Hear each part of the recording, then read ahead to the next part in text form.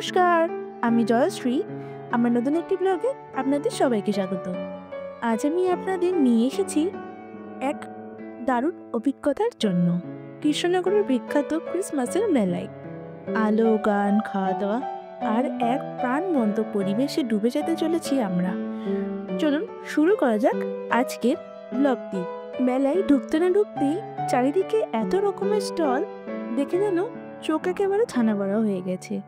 চারিদিকে এত সুন্দর সুন্দর স্টল, কোথাও ফুচকা স্টল, কোথাও মোমো স্টল, কোথাও জিলিপি স্টল, আর এইদিকে চলছিল প্রোগ্রাম।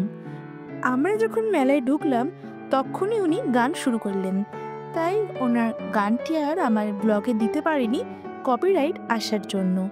এইদিকে দেখুন খুব সুন্দরভাবে সাজায় এই জায়গাটি, আর সামনের দিকে আমাদের জেসাস খ্রিস্টের জন্মের সময় কিছু মুহূর্তটা এখানে কয়েকটা মূর্তির মাধ্যমে তুলে ধরা হয়েছে। আপনারা বলবেন আপনাদের কেমন লাগলো এই জায়গাটি। এখানে এত স্টল রয়েছে যে আপনি ঠিক করতে পারবেন না কি কিনবেন আর কি কিনবেন না। এই স্টলটা দেখুন, এখানে কত সফট টয়, ওই যে পেঁচার মতো যে সফট টয়টি রয়েছে ওইটা আমার দিদির খুব পছন্দ হয়েছিল, কিন্তু পরে নেব করে আমরা নিতে পারিনি। এই স্টলটা সত্যিই খুব সুন্দর, বাচ্চাদের তো সব থেকে ফেভারিট স্টল। এই দেখুন এখানেও কত রকমের স্টল, এবং মানুষও বেশ ভালোই ভিড় করেছে প্রত্যেকটা স্টলে। সারা বছরই প্রায় এই জায়গাটা জনশূন্যহীন থাকে, কিন্তু ক্রিসমাসের দিন এই জায়গাটা একেবারে লোকে জমজমাট করে। খুব সুন্দর লাগে তখন এই জায়গাটায় আসতে। চারিদিকে এত রকমের স্টল থাকে এবং এত রঙিরঙি সব স্টলগুলো যেন চোখ একেবারে আটকে যায় প্রত্যেকটা স্টলে। আর চার্চগুলোকেও এত সুন্দরভাবে সাজায়, সত্যি অসাধারণ লাগে চারিদিকটা। আপনারা বলবেন আজকের ভিডিওটা আপনাদের কেমন লাগছে। অবশ্যই ভিডিওটি স্কিপ না করে প্রথম থেকে শেষ অবধি দেখবেন, এবং আমার ভিডিওতে কিছু ভুল ত্রুটি থাকলে আমাকে অবশ্যই কমেন্টে বলবেন, যাতে আমি সেই জিনিসগুলি ঠিক করতে পারি। আমরা এতক্ষণ অনেকটা হাঁটার পর প্রায় চলে এসেছি চার্চের দিকে, কিন্তু দুঃখজনক ব্যাপারটা এই যে চার্চের ভেতরে না ভিডিওটা করতে দেয়নি, তাই যেটুকু পেরেছি আমি আপনাদের সেটুকুই দেখানোর চেষ্টা করেছি আমার ভিডিওর মাধ্যমে। চার্চে ঢোকার আগেই এই দেখুন কত রকমের ফুচকা স্টল, এক সারি যেন ফুচকা স্টলে ভরা। আপনারা কে কে ফুচকা খেতে ভালোবাসেন আমাদের কিন্তু অবশ্যই কমেন্টে বলবেন যে আপনাদের ফুচকা খেতে কেমন লাগে। কৃষ্ণনগরের চার্চের ইতিহাস গভীর ধর্মীয়, সাংস্কৃতিক ও স্থাপত্যিক গুরুত্ব বহন করে। কৃষ্ণনগরের এই বিখ্যাত চার্চের আসল নাম saint John the Baptist cathedral. এটি পশ্চিমবঙ্গের অন্যতম প্রাচীন ক্যাথলিক চার্চ। 1845 সালে ফাদার লুইস লাফ্রান্স নামে এক ফরাসি মিশনারি এই চার্চটি নির্মাণের উদ্যোগ নেন। চার্চটি নির্মাণে ইউরোপীয় গথিক স্থাপত্যশৈল প্রভাব দেখা যায়।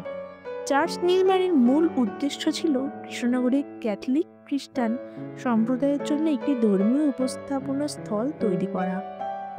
এবার আসি চার্চের স্থাপত্য নিয়ে।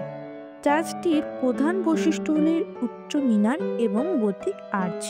ভেতরের দিকে রয়েছে চমৎকার নকশা করা জানলা, যা রঙিন গাছ দিয়ে তৈরি।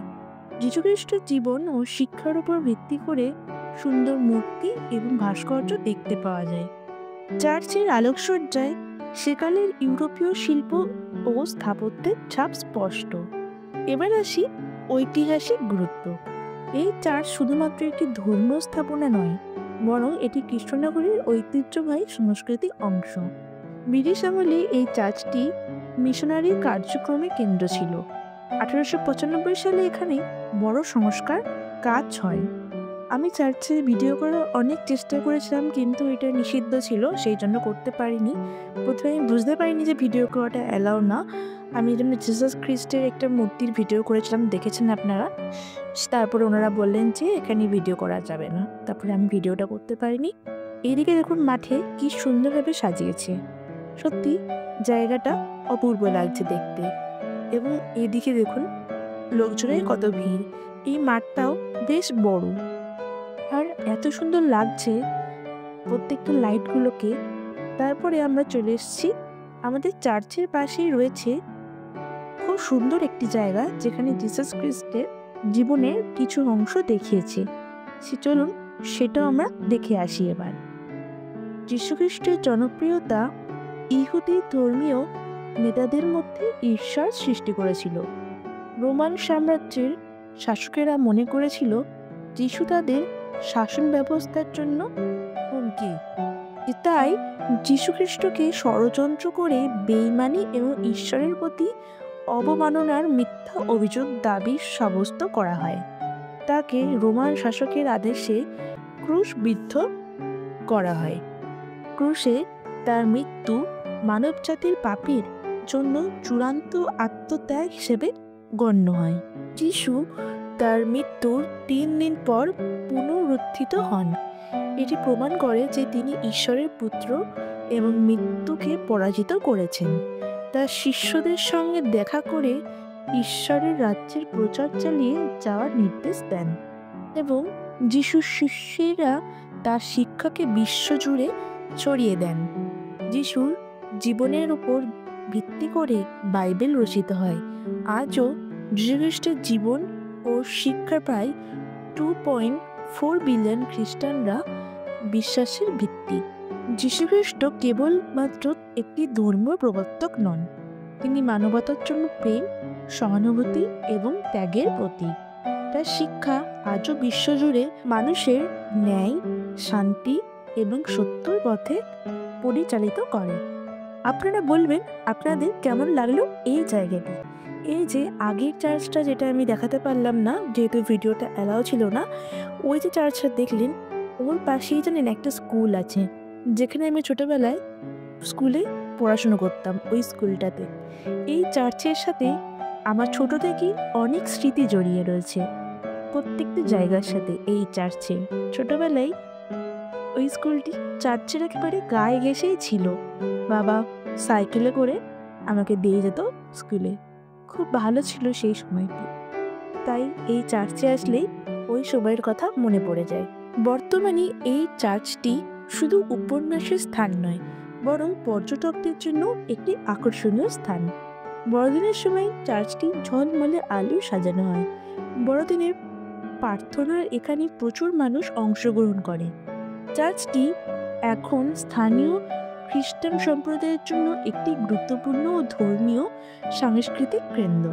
কৃষ্ণনগরের চার্চ শুধুমাত্র তার স্থাপত্য ও ইতিহাসের জন্য নয়, তার শান্ত পরিবেশ এবং আধ্যাত্মিক আবহের জন্য অত্যন্ত বিখ্যাত। যদি কখনো কৃষ্ণনগরে যান, saint John the Baptist cathedral একবারে ঘুরে আসুন। ইতিহাস আর সৌন্দর্যের মিশ্রণ এই স্থানে আপনাকে মুগ্ধ করবে। এরকম দেখতে আরেকটিও খুব সুন্দর জায়গা ছিল ঘোরানোর মতো, কিন্তু ওই জায়গাটি 8টার পর বন্ধ হয়ে যায়। আর আমরা যতক্ষণ ঘুরছিলাম তখন 8টা বেজে গেছিলো, তাই ওটা দেখাতে পারলাম না। আর এত ফুচকার দোকান বসেছে চারিদিকে, আর লোভ সামলাতে পারলাম না আমরা কেউ। তাই সবাই মিলে চলে এলাম ফুচকা খেতে। আর উনি ফুচকাটা খুব ভালো বানিয়েছিলেন। মেলার মধ্যেও যে এত ভালো ফুচকা হয় তা আমার জানা ছিল না। ওনার হাতের ফুচকাটাও বেশ ভালো ছিল। সবাই মিলে ফুচকা খাওয়ার পর চলে এলাম ভাপা পিঠে খেতে। এখানে ভাপা পিঠেটাও খুব সুন্দর বানায়। এই মেলাতে আসলে এই পিঠেটা খেতে মন খুব টানে। 15 টাকা মাত্র দাম এক একটা পিঠের।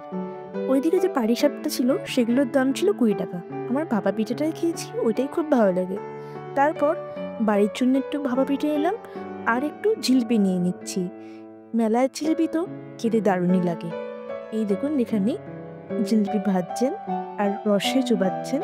সত্যি জিলিপিগুলো খেতে ছিল বেশ ভালো। আপনারা খেয়ে কি ভাপা পিঠে আর জিলিপি খেতে ভালোবাসেন অবশ্যই বলবেন। আর আপনারাও বলবেন আপনারা আপনাদের ক্রিসমাসটি কেমন করে কাটালেন। আজকের ভিডিওটাও এখানে শেষ করছি। সবাই ভালো থাকবেন, সাবধানে থাকবেন। আবার দেখা হবে পরের একটি ব্লগে এবং বলবেন আপনাদের নতুন বছর কেমন কাটছে। সবাই ভালো থাকবেন, সাবধানে থাকবেন। আবার দেখা হবে নতুন একটি ব্লগে। আর আমার ভিডিওটি ভালো লাগলে লাইক, কমেন্ট, সাবস্ক্রাইব আর শেয়ার করতে ভুলবেন না। ফেসবুক পেজ থেকে দেখলে পেজটি ফলো করে নেওয়ার অনুরোধ রইল।